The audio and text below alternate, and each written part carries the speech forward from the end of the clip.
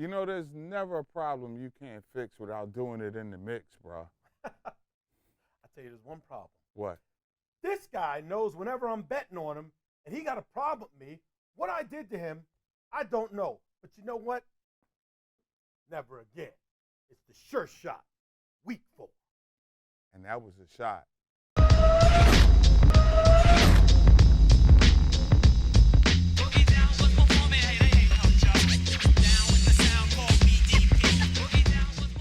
It's Your Shot, the one-stop shop for your holiday stimulus package. That's right.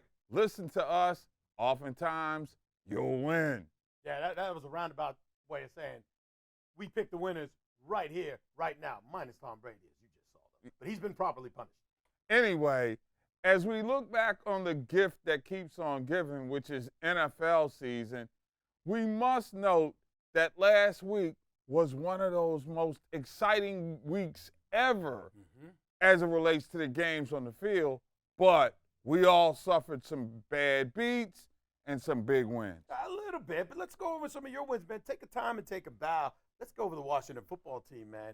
You called that one. Yeah, much to my chagrin as a fan of the burgundy and gold, I had them. I was able to get them when they were like 10.5-point dogs, and y'all thought I was crazy. I thought it was way too much. And they lost by an even greater margin. I mean, double-digit points in the NFL are a clear sign for me to stay away, but you called it right that time. Yeah, and let's just pump the brakes on the notion that this is one of the elite defenses in the year. Let's be clear. This is a franchise whose defense finished 4th in the league last year. This year? 23rd going into Atlanta, which only means that here comes the government bailout for Matt Ryan. I mean, it's a stimulus package that's the Washington secondary. He, too, will look like Josh Allen, Justin Gilbert. Let me tell you something. I wouldn't touch that game at all with a 10-foot pole. When you got two bad teams, you don't know which one's going to outdo the other in terms of being terrible. Stay away from that one if you can. Washington, Atlanta, what? We don't want none of that. No, but I got the good stuff coming up for you. Let me tell you about a couple of ones that I had that were some pluses and some minuses. I told you all, take them Raiders plus 1 point. Took them into overtime, but the Raiders got the job done. And I also did mention those were a lot of people picking the Eagles, taking those points. How about them Cowboys? Look for the Cowboys to continue to steamroll. And Dak looked so good last night. Come on, man. Don't let that hate stop you. I'm not. And he looked good against a very bad Philadelphia Eagles team. Oh, Eagles are bad. You hear that, Mean Green? It was him. He puts himself in a position to be the best quarterback in the worst division. We'll see. Don't judge Dallas by their success in the NFC least. Judge them by their success outside the division. One thing's for sure. It's their division. It is their division. I think that's the case. But let's go to one of my better picks. And everybody thought that I was tripping a road dog like Green Bay. And, I mean, I think they were given 3.5. I was with you on that. Or 4, I was right? with you on that. A lot of people weren't. Oh, my God, they're crazy. Green Bay going to San Francisco, and we got points. We took that one. You got that one, sir. You know, and hopefully you got it too. A-Rod, you know, showed up, showed out. Then there were your Steelers. I had them as 4.5 points. The Steelers dogs. are the 4th best team in a 4-team division. We're looking up, and there's a long way between space number 4 and space number 3. Big Ben, thank you for that moment of silence. I love you. You got 2 Super Bowls, but it's time to turn it over to Dwayne Haskins. We're going to hop over Mason Rudolph and go right to the young guy. Start the rebuild. Wait a minute. How you going to be a holiday stimulus package and you're going to talk about stepping on Rudolph? Because that ain't right. As of September 29th, no more Rudolphs are allowed in Pittsburgh. Wow. Period. No Rudolphs. Mason, Tommy, Jimmy, Jane, if you got a Rudolph, stay off the field. Man, you just taking away. You just ruining it for a lot of kids. I just feel that strongly about it. Man, talk about Ebenezer Scrooge, and I got more of that coming when the sure shot. And then, of course, had to take the beat down with the Chargers just straight waxing Kansas City. I don't know whether I was more shocked by the fact that the Chargers went to Kansas City in an early game. Let's be clear about this. they've won at 1 o'clock East Coast time, noon in the Central Time Zone. This whole notion of coming west to east, the Chargers have done it twice, and beating Kansas City like they did, to me, signals an intangible. Believe it or not, the best 3 teams in the AFC right now, and well, I know you got to add the Raiders in there too, man. The Raiders, but you've got to add Denver. Yeah, but what do you do with Cleveland? I don't think Cleveland's better than Baltimore right now. Ooh, boy, not as long as Baltimore's got Lamar Jackson. Speaking of divisional hate, Cleveland has better running back. Their defense may be just a little bit better. They got better wide receivers. Defense, right. So despite the Baker hate, let's be real for a second. Cleveland is a play right now as a favorite for the next 3 or 4 weeks, man. Maybe I'm seeing a different Cleveland team than everybody else, but this Cleveland team's official. Cleveland, no doubt about it. Cleveland is official, and they do have a better defense. But the intangible that is Lamar Jackson, no one in the NFL has been able to find an answer for him, and I don't see an answer for him until this week. Well, we'll get to that a little bit later on in the show, but how many more times are you going to be the beneficiary of an 11-point comeback versus a team with the offense and firepower that the Kansas City Chiefs have? And how many times do you think you can win with a 66-yard field goal that is buoyed by a butchered officiating call? Not hating on the Ravens at all, okay. And sometimes you'd rather be lucky than good, as we would every week. Or both. Right? But the Ravens can't continue to win games like this. I'm not buying it. Detroit was a trap game. They just came off a huge win the week before against Kansas City. You travel to Detroit, you're expected to win. You know Detroit's going to be sky high. Baltimore's sleepwalking. They got the W. That's what good teams do. You are what your record says you are. Who said that? I think it was Bill Parcells. And right now the Ravens are powerful. They did beat Kansas City, but we don't know how good Kansas City truly is. And Detroit, if you're the big bad Ravens and you need officiating help in a 66-yard field goal with Lamar Jackson healthy, you got issues, or maybe even warts. We've seen warts on the south side of the DMV Parkway in D.C. Really? I think there are a few warts that are growing in Baltimore on the offensive line. I'm not sold with the back end of their secondary, certainly without Marlon Humphrey. Yeah, it's exciting right now, but how much more excitement can you take when your heart gives out after watching this team struggle, as they will do throughout the course of the season, until they fix some of those intangibles? It's going to be a rebuild for Washington. They were able to sneak in and win the NFC East last year when Dak was out. No such luck this year. It's Cowboys division all the way. So Washington's going to play. I expect Washington to finish the season perhaps 500 and then get some good draft picks and build on what they have. They got a good thing going. They just peaked a little early. So they're a favor or dog for the rest of the season? Depends on who they're playing. Like, I would take them over Atlanta if I took that game. But I'm telling myself and I'm telling you, don't touch it. Two bad teams play bad together. You never know who's going to outdo the other. Up next, our Sultan of the Sports Book, Corey Parson, joins us, and he'll tell you who to pick and who to stay away from. And, oh, yeah, the latest on your fantasy tips. That's right. He made his name as the fantasy executive and then crossed over. Got a lot of that going on. It's the Sure Shot. We got back. We come back next.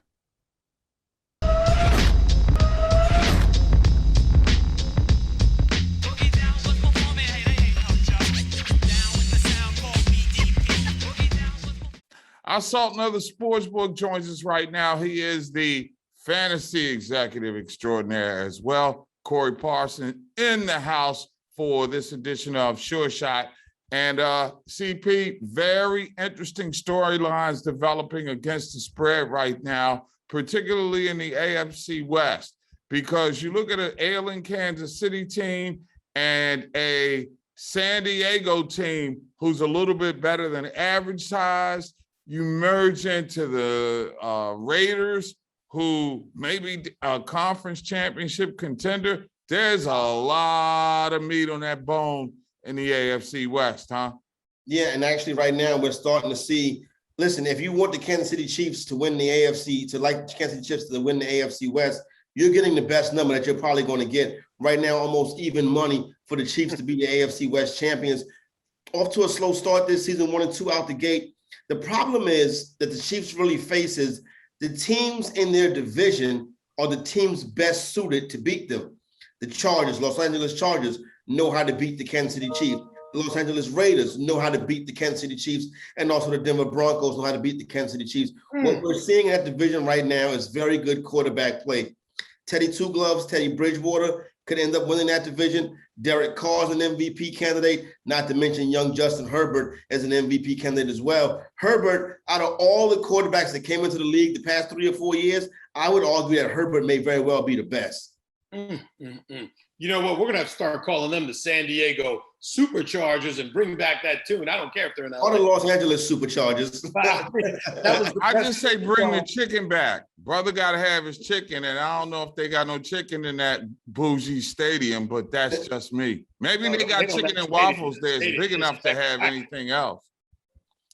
But I'm piggybacking on what you said, man. What a fantastic play by San Diego. What a fantastic game, man. And Kansas City starting out 1-2. Now the coach in the hospital, out the hospital. You know, that's got to have a big effect on the Chargers.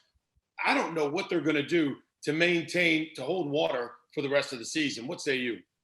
Listen, I think right now when you look at the early season thing with the Kansas City Chiefs, I think it's, you know, you had a situation where they could very well be 0-3, off to a very tough start to the season. And when you get into these division games, those teams are able to beat them as well. Should have won the game against Baltimore. It came down to some bad clock management. But what we're seeing is in the past 2 weeks, Patrick Mahomes has thrown 3 interceptions and very bad critical back-breaking interceptions. I hate to say it this way, but I got to be honest with you.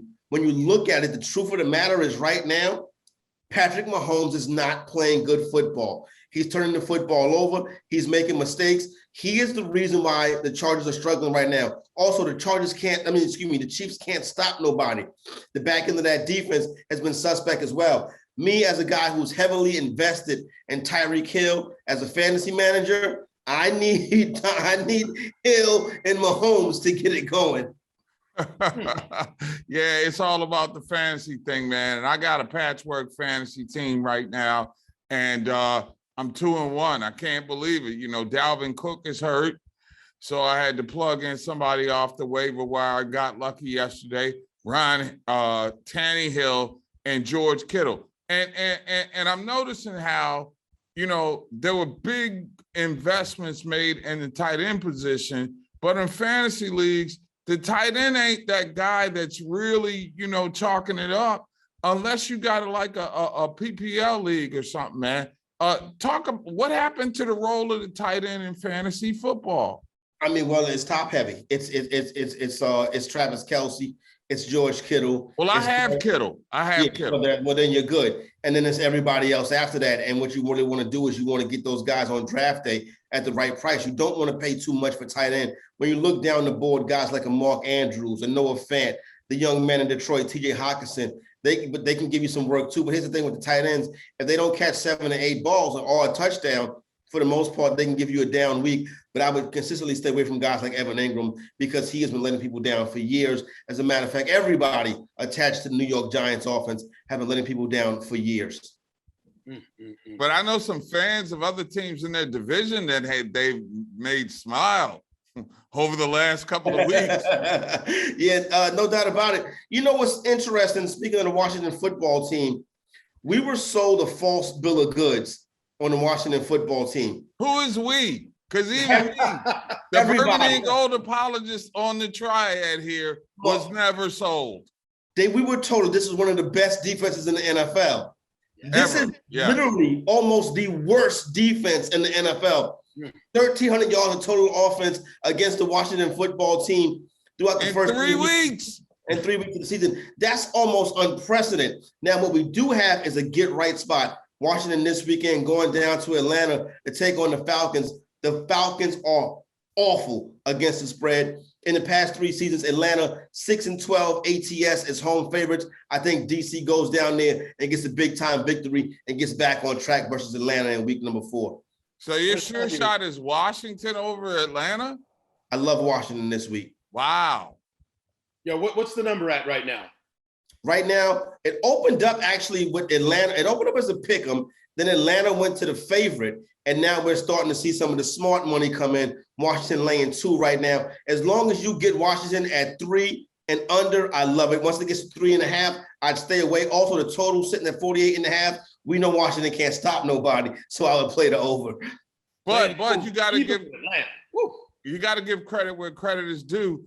They did show some explosiveness offensively Sunday in Buffalo. And let's speak about the Bills for a second. We gave the AFC West its love, and with good reason, Justin Herbert. But I saw Josh Allen, and let me tell you something. Having seen in week 1, Josh Allen Justin Herbert carve up the burgundy and gold defense, and then see Gilbert do the same thing. I'm finding myself in the middle right now, understanding that the defense was overrated, number 1. But number 2, I mean, that's 1A and 1B, especially when you consider what you just said about the way that Mahomes has been inconsistent to start this season.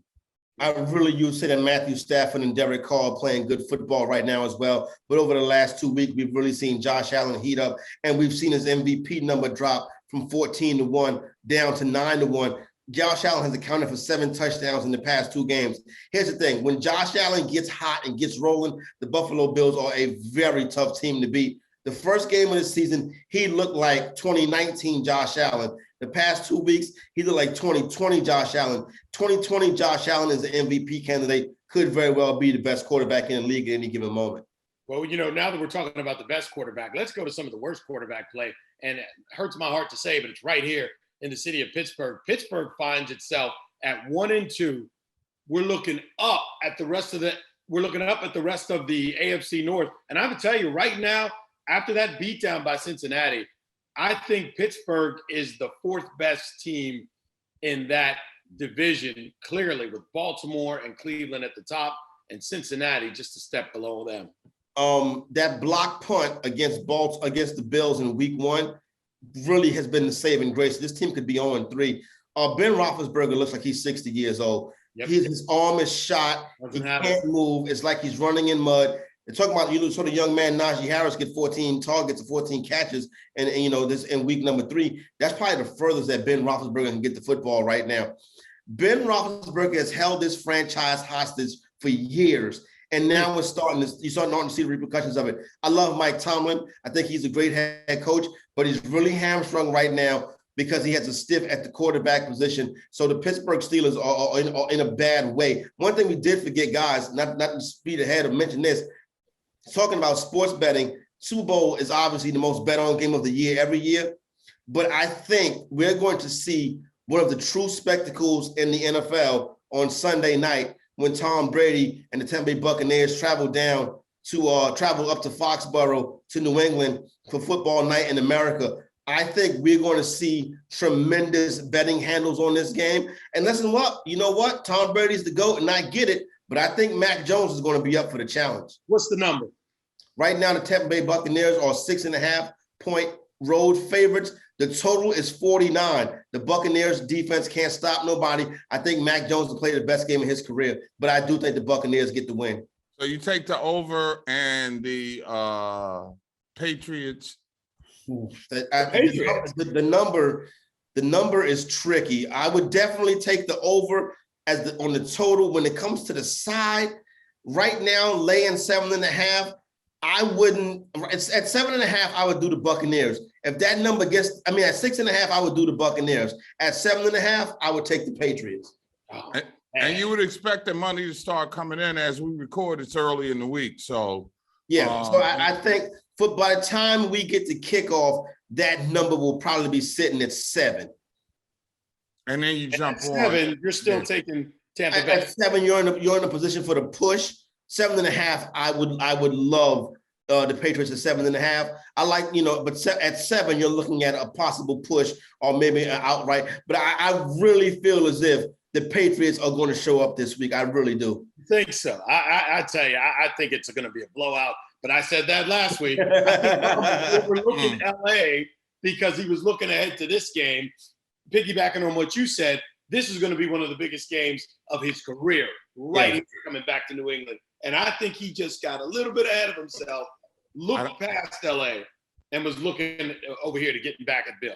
I think that game Sunday, myself, friends, was all about last year against the Chiefs. If you'll remember, it took a last-second drive, I believe, by Patrick Mahomes to steal that game away from Tampa. They were a totally different team at the, after that loss. I think that happened a little bit earlier this year. So I really like where the Bucs are sitting in this game and perhaps the cover. Remember, just because he don't carry it on the surface like A-Rod, Aaron Rodgers, he does have that burning sensation. So Brady get a shot at running it up. His ball placement in that game last Sunday was outstanding in many respects. So to me right now, there's a lot to love about TB12 going home again. I don't know about the rest of y'all. Now, you think if Brady gets a chance to run this score up, he's going to do it against Bill? No, I do. I can see that, but I think the Patriots defense is going to be ready for what's coming up.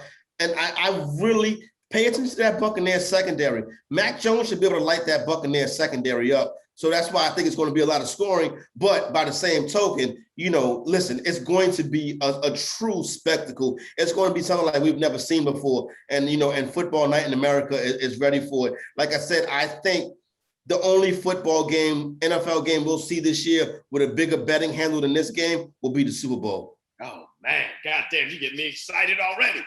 Well, I'm excited I'm just wondering. That means Maria Taylor is on the road this week, huh? I love Maria Taylor. She's an amazing television personality. If I'm not mistaken, the Football Night in America crew is going to be on the field in Foxborough. Yes, and I think a couple of other shows will also be on the field in Foxborough. So they're almost treating this like it's a championship-style game. Yeah, but it's a big game when Maria Taylor comes outside the studio, at least to me. How do you feel about her coverage? Like, is Notre Dame big enough stage for her? Well, I guess college football, she's brilliant. Give her a mic, a notepad.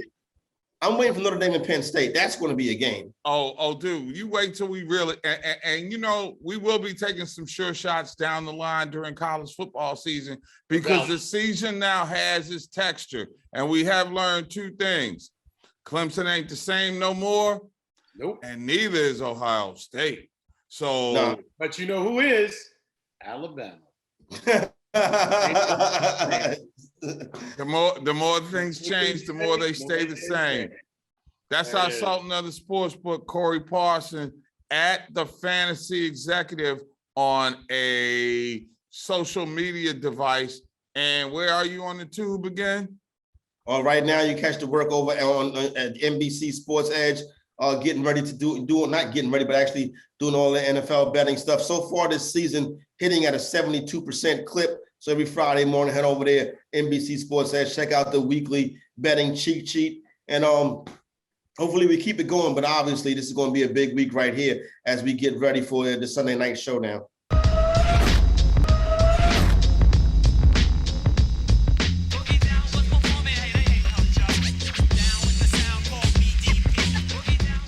All right, Chad. Now it's time to get to the point where we take our sure shots, and I want to know who's your must plays. Who do you like that are underdogs in games who will cover and win? Well, dude, I didn't pick underdogs, man. I picked 3 good games, and of course I got my sure shot to make it 4. No underdogs for me today, man. I'm telling you, most of my picks are favorites, although there is one which I can sneak out for you. But I'll let you go first. All right, here's my underdog picks of the week. I got Arizona at the Los Angeles Rams, and currently, that is a big game. Rams coming up. I can get them right now as we record at -4.5. I'm going to take that. It's nothing more than a field goal game. I like Kyler Murray. As a matter of fact, I like Arizona to win that game outright from the realm of trap game vulnerability. Huge W for the Rams coming off the Tampa Bay victory That was only against because Tom knew I Tom was betting Brady. on him, but go ahead. Now you got to go to Arizona, and Kyler Murray is playing the best of his career. I'm going to take that 4.5 that I can get, even if it's a field goal game. I really like the spot Arizona is in. I'm going to take Arizona to cover. Well, I'm going to tell you, I don't think Arizona's going to win that. Can they cover? Possibly. That's your underdog. I only got one underdog this week. The rest of mine are favorites. Look at the Las Vegas Raiders at the Los Angeles Chargers. Now, who would have thunk it? The undefeated Las Vegas Raiders travel to L.A. to take on Justin Herbert and the 2-1 Los Angeles Chargers. Whoa, Nelly, shout out to who? Keith Jackson. Jackson, we got a barn burner this will be. Two great heavyweights in the AFC West going toe-to-toe. This game will come down to a field goal, and as long as the Raiders got that magical half, 3.5, take Las Vegas. As long as you can get 3.5 or more, take the Raiders to cover, and they may just get the win. There's your underdog.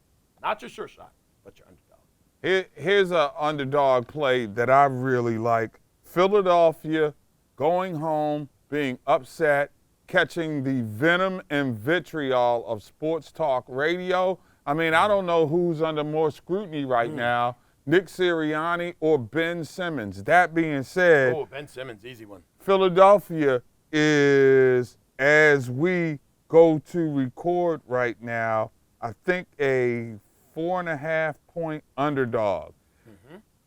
I like where they are. I don't think there's something. Well, I remember when Andy Reid was coaching in Philadelphia. They're giving Philly 6. Okay. 6 points. Oh, then I love it even more now. You love it even more? Yes, sir. I do. I love that in a major way because I don't think there's something wrong with Kansas City. I agree with that. I don't know what it is. But 6 points worse than the Eagles, I don't know. I do. In that town, a lot of energy. Yes.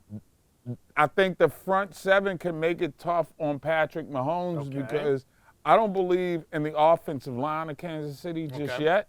I think he's vulnerable. They haven't found a way to get the ball to Tyreek Hill. Okay. You know, they've been looking pedestrian in the passing game. I think everything is fixed for them to win in comeback fashion, but not cover. Take the Eagles against the spread. Okay. Well, let me give you my pick 2. Not an underdog. This is one of my favorites. Tennessee Titans -7 at one of our favorite teams, the Jets. Since taking that Week 1 L, the Tennessee Titans, one of my early picks for the AFC Championship, have been on fire. And now they travel to New York to face the Jets. Are you kidding me? Take the Titans, give the 7 points. I expect that line to grow, but as long as you can catch it at 10 or less, take the Titans to win and cover. And here's what I like, and it's from the realm of, well, road favorite. I like Cleveland.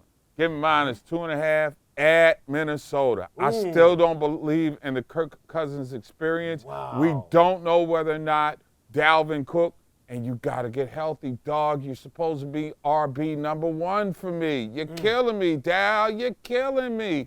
Anyway, we don't know if he's going to be available. I think Kirk Cousins is still doing it with smoke and mirrors. He's normally going to hit the wall. I think this is one of those moments during the course of the season. We've seen it all around here. I still don't trust the guy. Questionable running game. But, man, their passing game has been just unbelievable. So you think they can go to Minnesota and cover that too? I do. Okay. I do. I like Cleveland. You hate Cleveland? I don't hate Cleveland. Yes, you do. You know, You don't like anybody in the division who doesn't wear black and gold. I mean, I may root against them on occasion, but go ahead. No. It's certified hate. This is legitimate gold seal hate. I'm going to get a red hate button for right here. That's what it is, man. Right. It would replace the cuss box. Okay, there you go. You know what I'm saying? Because I'd make a mint off you. I could bet on you if we fill the cuss box for Okay, years. well, next week, All red right. hate button right here. Let me give you my pick 3. Baltimore -1 at Denver. I just got done talking so much good stuff about Lamar Jackson, right? Well, to quote Keanu Reeves from The Matrix, whoa. Did I say it right? Whoa. What a game. Lamar Jackson versus Teddy Bridgewater. The Ravens versus the altitude at Mile High. Take my word for it.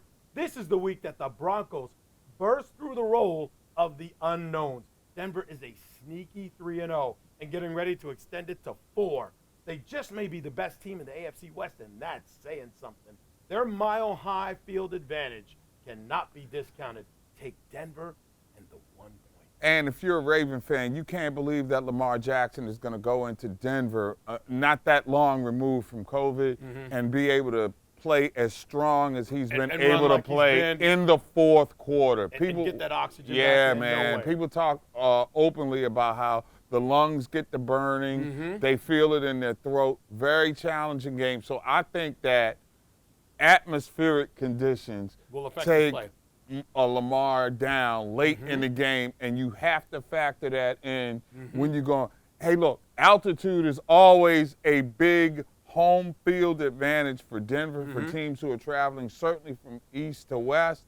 And I got your back on that one, man. I like that a lot. And the thing about Lamar is he doesn't know how to play anywhere on any level under 100. Right. Now, he's 100 from play 1 to the end. I think he's going to run out of gas. I got Denver and Teddy Bridgewater taking that one. If I were advising Lamar, I'd advise this week, grab the cash, homie.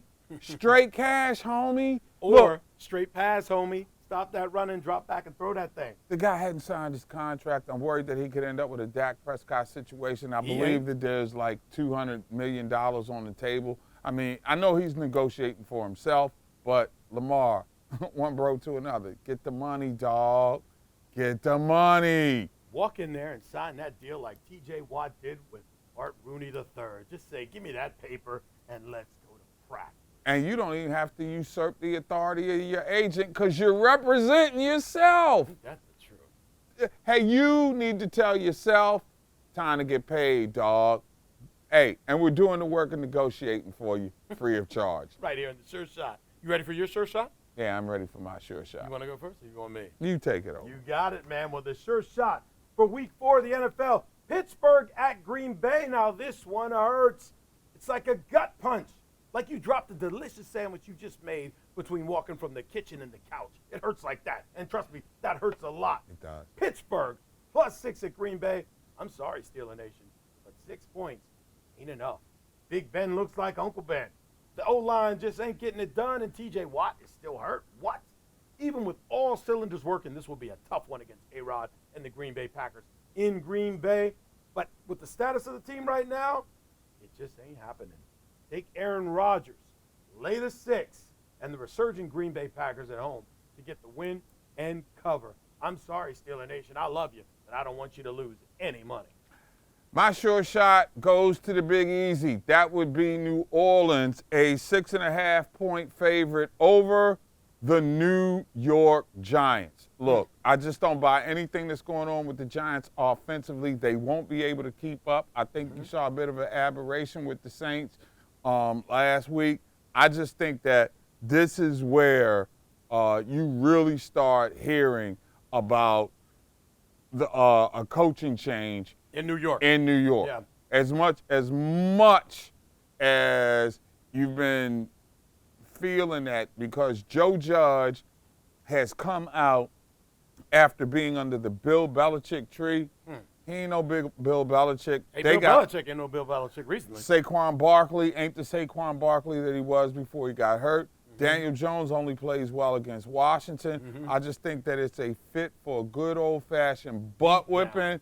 I like New Orleans. I like New Orleans big. Double-digit victory. Lock it in. Saints over Giants this week. That's a good sure shot. That's my sure shot. That's a good one. That's a good one. The Giants are just – you lose to Atlanta at home, and where do you go next? I mean, New Orleans? Come on, man. Ain't enough jambalaya to make the trip home easier, bro. Get that big L, man. It's Poor not. Eli and Giants fans. Sorry, guys, but it's the way it is. I'm suffering too, man. Look at the Steelers. Look what Tom Brady did to me last week. But I digress. Anyway, that's it for Sure Shot this week. Remember, these are for informational purposes only. Unless you want to put your money on it. And if you want to put your money on it, make sure it's not coming out from the budget of the mortgage or the college fund. And if you got a gambling problem, get some help. It's everywhere. Till next week, he's Chad, I'm Mark, and that's Sure Shot. Deuces.